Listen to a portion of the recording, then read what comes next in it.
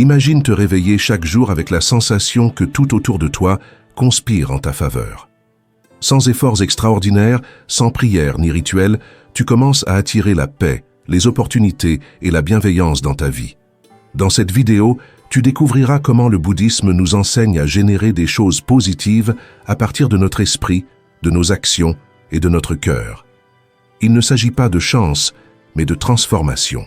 Je t'invite à m'accompagner sur ce chemin pour devenir un véritable aimant à bien-être.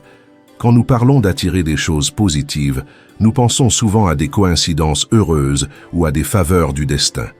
Pourtant, du point de vue bouddhiste, les événements favorables ne sont ni le fruit du hasard, ni le résultat d'une force extérieure.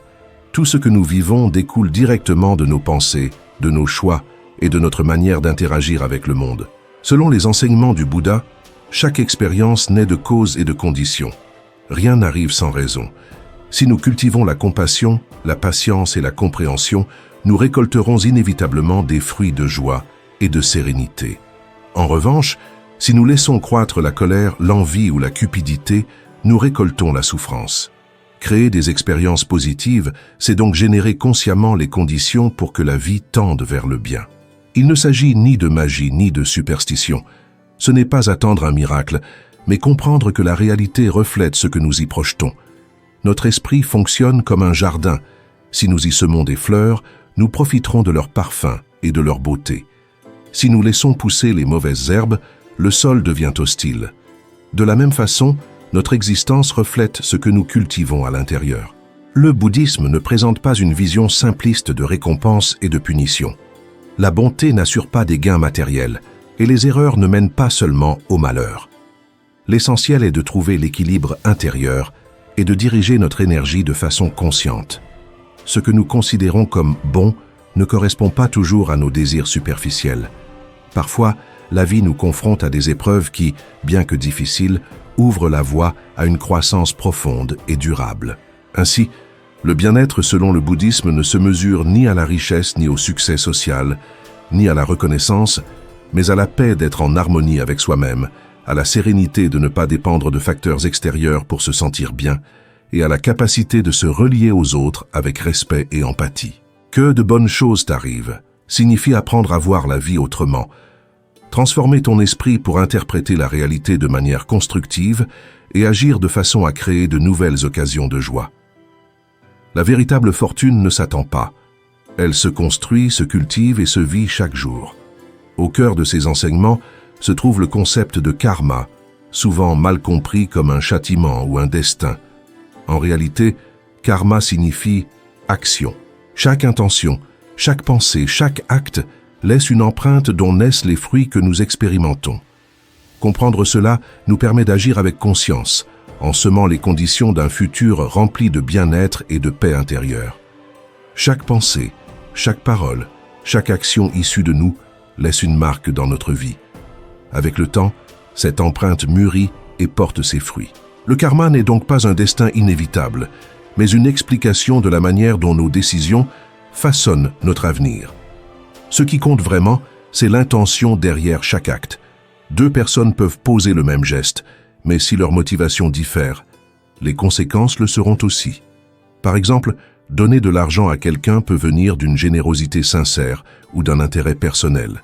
Extérieurement, le geste semble identique, mais la graine plantée dans notre cœur est différente. Le bouddhisme souligne que ce qui importe le plus, c'est la qualité de notre esprit au moment d'agir. Ce principe nous confère une grande responsabilité, mais aussi une immense liberté. Nous ne sommes pas prisonniers d'un destin figé. Chaque jour, à chaque choix, nous pouvons semer de nouvelles graines qui transformeront notre futur. Si nous cultivons des intentions saines, comme la compassion et le désir sincère d'aider, ces graines produiront des fruits de joie. En revanche, si nos actions naissent de l'égoïsme, du ressentiment ou de la tromperie, les résultats engendreront inévitablement de la souffrance. Il est essentiel de comprendre que le karma ne se manifeste pas toujours immédiatement. Parfois, nous accomplissons des actions positives sans en voir les effets tout de suite. Mais cela ne signifie pas qu'elles sont inutiles. C'est comme planter un arbre. Il ne donne pas d'ombre le lendemain, mais avec le temps, il grandit et porte des fruits. De même, Nos actions demandent patience et confiance dans le processus. Le karma ne touche pas uniquement l'individu, mais aussi la communauté. Nous sommes reliés par un réseau de causes et de conditions partagées. Ce que nous faisons influence les autres, et ce que les autres font nous affecte à leur tour. Un simple geste de bonté peut illuminer la journée de quelqu'un, et en chaîne, rendre le monde plus bienveillant. Ainsi, la somme des karmas individuels façonne la réalité collective.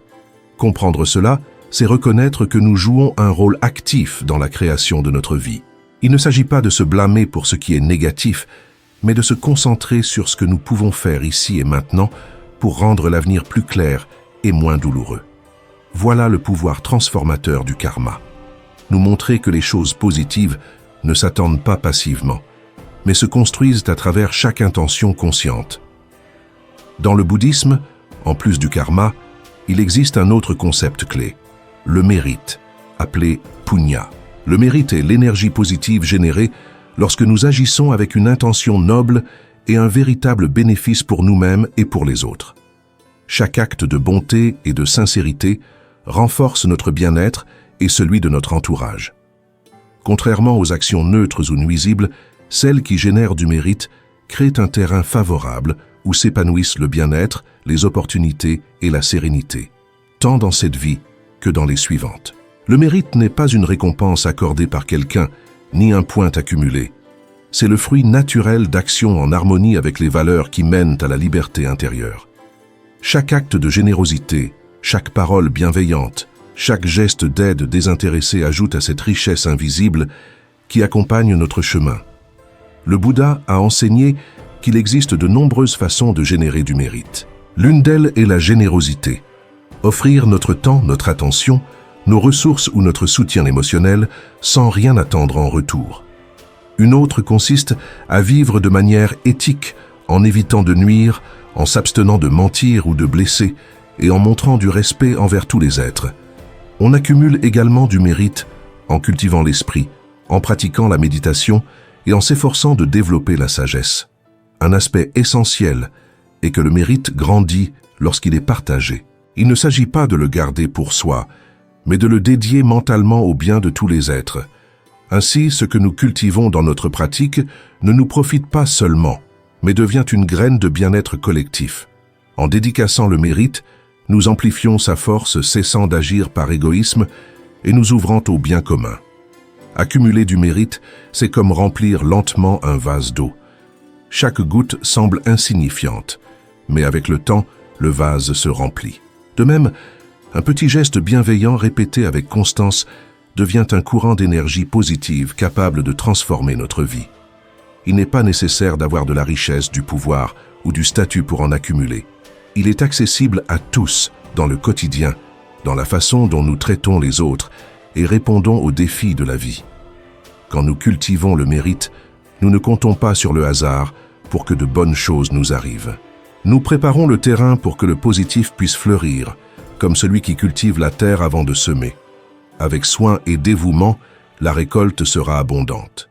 C'est pourquoi, du point de vue bouddhiste, attirer de bonnes expériences ne consiste pas à attendre des miracles, mais à apprendre à créer les conditions qui emplissent notre vie de bien-être, de paix et d'harmonie. Dans le bouddhisme, on dit que l'esprit est tout. Nous sommes ce que nous pensons, et ces pensées déterminent ce que nous ressentons, nos actions et, en fin de compte, nos expériences de vie. Ainsi, si nous voulons attirer des choses positives, nous ne devons pas chercher à l'extérieur ce que nous devons d'abord cultiver à l'intérieur. L'esprit est la racine de tout ce que nous vivons, et l'attitude avec laquelle nous faisons face à la vie influence directement la qualité de nos expériences. Une personne qui pratique la gratitude perçoit généralement plus d'opportunités, tandis que celle qui reste enfermée dans la plainte constante risque de ne pas voir ce que la vie lui offre déjà. Ce n'est pas que les reconnaissants reçoivent plus de récompenses, mais leur regard leur permet de reconnaître le bien qui existe déjà. Notre attitude, par conséquent, a le pouvoir d'ouvrir ou de fermer les portes de la vie. L'attention est un autre élément fondamental. Un esprit distrait passe à côté de moments de connexion, de signes importants et de petites expériences de beauté qui pourraient transformer notre journée.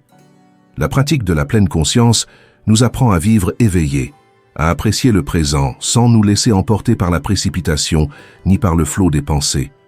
Être attentif, c'est expérimenter chaque instant avec clarté, en percevant ce qui peut générer du bien-être. La transformation intérieure naît de l'entraînement de l'esprit. Tout comme nous renforçons le corps par l'exercice, l'esprit peut être cultivé par une pratique constante. Grâce à la méditation, à l'étude des enseignements et à la discipline quotidienne, nous apprenons à reconnaître nos schémas négatifs et à les remplacer par des habitudes plus saines. Lorsque nous développons le calme, la compassion et la sagesse, notre vie extérieure commence à refléter ces changements intérieurs. Par exemple, si quelqu'un nous parle avec rudesse et que nous répondons avec agressivité, nous perpétuons un cycle de souffrance. Mais si à ce moment-là, nous nous souvenons d'exercer la patience et répondons avec sérénité, nous évitons non seulement le conflit, mais nous créons aussi les conditions pour que la relation évolue positivement. Ainsi, prendre soin de notre esprit et de notre attitude transforme non seulement notre intérieur, mais aussi la réalité qui nous entoure.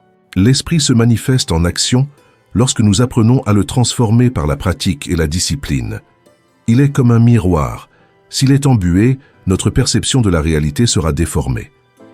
Mais en le nettoyant grâce à l'entraînement mental, nous commençons à voir les choses telles qu'elles sont.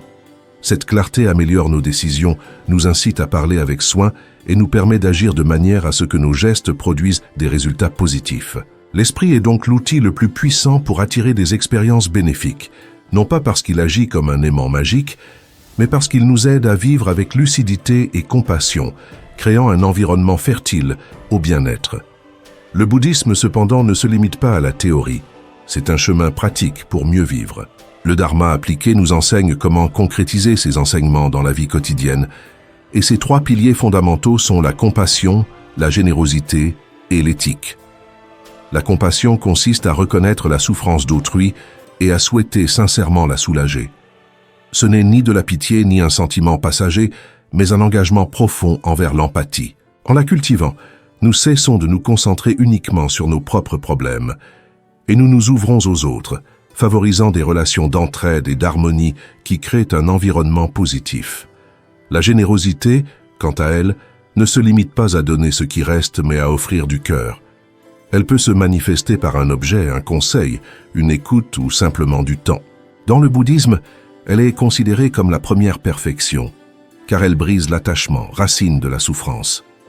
Donner sans rien attendre en retour libère l'énergie et permet à l'abondance de circuler naturellement. L'éthique complète ces piliers. Les préceptes bouddhistes, ne pas nuire, ne pas mentir, ne pas voler, ne pas abuser sexuellement et ne pas s'intoxiquer, ne sont pas de simples règles morales, mais des outils pour garder l'esprit clair et le cœur pur.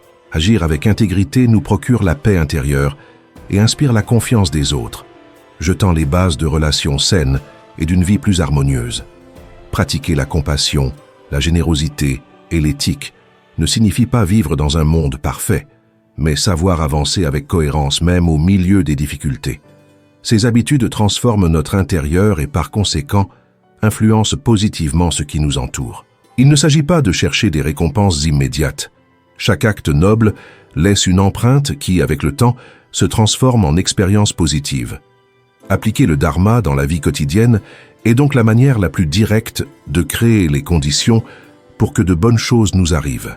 Il ne s'agit ni de magie ni de chance, mais d'un mode de vie fondé sur la bienveillance, l'ouverture et la cohérence. En vivant ainsi, notre existence devient un terrain fertile où peuvent éclore la paix, la joie et une véritable prospérité qui naît de l'intérieur. Cependant, si nous voulons attirer des expériences positives, nous devons aussi reconnaître les obstacles internes qui nous freinent. Dans le bouddhisme, on identifie 3 poisons principaux qui troublent l'esprit et nous éloignent du bien-être: l'ignorance, l'attachement et l'aversion. Ce ne sont pas des punitions ni des fautes, mais des états mentaux qui obscurcissent notre clarté et engendrent la souffrance. L'ignorance consiste à ne pas percevoir la réalité telle qu'elle est. Il ne s'agit pas d'un manque d'éducation, mais d'une méconnaissance de la nature changeante de la vie. Nous croyons que tout est permanent, que les personnes et les choses resteront toujours à nos côtés, et lorsque cela change, nous souffrons. De plus, nous ignorons comment nos actions entraînent des conséquences. répétant inconsciemment des schémas nuisibles. L'ignorance nous fait vivre comme endormis, sans reconnaître le pouvoir que nous avons de transformer notre vie. L'attachement est un autre grand obstacle. Il surgit lorsque nous nous accrochons à ce que nous désirons, pensant que le bonheur dépend de sa possession. Mais rien n'est éternel. Tout change. Quand ce que nous voulons se perd ou se transforme, nous souffrons parce que nous refusons l'impermanence. L'attachement nous rend dépendants de facteurs externes pour nous sentir bien, provoquant ainsi anxiété et frustration. L'aversion, quant à elle, apparaît lorsque nous rejetons ce qui nous déplaît, se manifestant sous forme de colère, de ressentiment ou de rejet envers certaines personnes ou situations. Ce poison nous enferme dans l'hostilité et nous empêche de voir la vie avec clarté. Un esprit rempli de haine est comme un verre d'eau pollué. Même orné de fleurs, l'eau reste trouble. L'aversion nous blesse d'abord nous-mêmes avant d'atteindre les autres. Ces trois poisons sont les principaux obstacles qui bloquent le flux naturel des choses positives dans notre vie.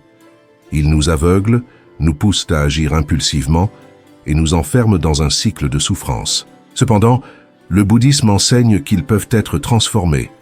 L'ignorance se dissout grâce à la sagesse, l'attachement se libère par la générosité et le détachement, et l'aversion se transforme en compassion et en patience. Reconnaître les obstacles intérieurs de notre propre esprit est une étape essentielle. Il ne s'agit pas de les rejeter avec force, ni de se sentir coupable de les avoir, mais de les observer avec clarté et d'apprendre à les remplacer progressivement par des états plus sains. En faisant cela, nous nettoyons notre espace intérieur et permettons au positif d'émerger naturellement. Surmonter ces blocages internes est aussi important que cultiver des vertus, car c'est comme nettoyer un champ plein de pierres avant de semer. En retirant ce qui gêne, la terre devient prête à recevoir les graines du bien-être. De cette façon, le chemin vers une vie où de bonnes choses nous arrivent devient plus clair et plus léger. Mais connaître les principes du bouddhisme, karma, mérite, esprit, compassion et obstacles internes, ne suffit pas. La véritable transformation se produit lorsque nous intégrons ces enseignements dans notre vie quotidienne. Vivre selon le chemin, c'est appliquer ce que nous avons appris dans chaque décision, chaque geste, chaque instant. Par exemple, commencer la journée par quelques minutes de silence et de respiration consciente, en reconnaissant que nous avons un nouveau jour devant nous pour créer quelque chose de positif, change la manière dont nous affrontons ce qui vient. Au lieu de partir précipitamment, l'esprit saturé de préoccupations, nous commençons avec calme et clarté, créant ainsi des conditions favorables à une journée plus fluide. Appliquer le chemin se reflète aussi dans nos interactions avec les autres. Au travail, si quelqu'un nous traite avec dureté, nous pouvons répondre avec mauvaise humeur, ou bien nous rappeler l'enseignement bouddhiste de cultiver la patience et la compassion. Choisir la deuxième option ne fait pas qu'éviter un conflit, mais transforme l'énergie environnante. Ce qui aurait pu devenir un problème devient une occasion de croissance. Ce petit changement marque le début du moment où de bonnes choses commencent à nous arriver. Dans la vie familiale, intégrer le chemin signifie ne pas tenir pour acquis ceux qui partagent notre quotidien. Cela consiste à s'arrêter, écouter, valoriser ce que l'autre fait et montrer de l'affection sans rien attendre en retour. La générosité ne se limite pas à donner de l'argent ou de l'aide matérielle. Elle commence par des gestes simples, comme des paroles bienveillantes, une écoute sincère ou une étreinte. Ces actes créent un cercle de bien-être qui s'étend à notre entourage. Vivre selon le chemin implique aussi notre relation à nous-mêmes. Cela signifie se traiter avec respect, éviter l'autopunition par des jugements constants et ne pas se comparer aux autres. Le bouddhisme insiste sur la compassion envers soi-même. Nous ne pouvons pas offrir la paix au monde si nous nous maltraitons intérieurement. Prendre soin de notre esprit, nourrir notre corps et nous accorder du repos sont des pratiques spirituelles essentielles qui renforcent notre capacité à vivre pleinement et consciemment. Le chemin se reflète aussi dans la manière dont nous gérons notre temps et nos paroles. Chaque conversation peut devenir une occasion de créer l'harmonie ou, au contraire, de semer le conflit. Chaque action a le potentiel d'ouvrir des portes à la confiance ou de les fermer à la méfiance. Être conscient de cela fait de nous les artisans de notre propre vie. Nous comprenons alors que chaque jour est rempli de petites décisions qui, accumulées, façonnent notre destinée. Le Bouddha a enseigné que le véritable bonheur ne se trouve pas à l'extérieur, mais dans une vie vécue en pleine conscience. Lorsque nous agissons automatiquement, dominés par les désirs et les rejets, nous tombons dans un cycle d'insatisfaction. Mais lorsque nous décidons de nous éveiller, même peu à peu, nous commençons à ressentir une liberté intérieure qui se reflète dans notre quotidien. Cet éveil ne signifie pas se retirer du monde, mais le vivre avec plus de plénitude, d'ouverture et de gratitude. Imaginons une journée où tout semble aller de travers. Nous nous levons en retard, manquons le transport, recevons une remarque désagréable et la frustration nous envahit. Si nous laissons le pilote automatique nous diriger, nous terminons la journée épuisés et négatifs. Mais si nous nous rappelons le chemin, respirons, acceptons ce qui s'est passé et choisissons de ne pas nous attacher à la contrariété, nous pouvons poser un geste positif, même minime. Ce peut être un sourire, aider quelqu'un ou simplement remercier pour des choses simples, comme un toit au-dessus de notre tête ou un repas sur la table. Ce choix transforme notre énergie et, avec elle, les conditions pour attirer le positif. Intégrer le chemin ne nécessite ni rituel compliqué, ni grande cérémonie. C'est plutôt une manière de vivre. Marcher attentif, avec conscience et ouverture. Les bonnes choses qui nous arrivent ne dépendent pas du hasard, mais des graines que nous plantons chaque jour. Si nous prenons soin de notre esprit, cultivons la compassion, agissons avec éthique, surmontons les poisons intérieurs et dédions notre mérite au bien commun, la vie se remplira de clarté, de sérénité et de joie. Vivre selon le chemin signifie faire de la vie une pratique constante. Cesser d'attendre que le positif arrive par chance et commencer à le construire de l'intérieur, pas à pas, instant après instant. Le bouddhisme nous enseigne qu'il n'est pas nécessaire d'attendre le futur pour être heureux. La véritable fortune commence ici et maintenant, dans la manière dont nous choisissons de vivre ce moment. En conclusion, faire en sorte que de bonnes choses nous arrivent ne dépend ni de la chance ni de forces extérieures, mais de la façon dont nous cultivons notre esprit, nos actions et notre manière d'être au monde. Chaque jour, à travers chaque décision, nous semons des graines qui porteront leurs fruits plus tard.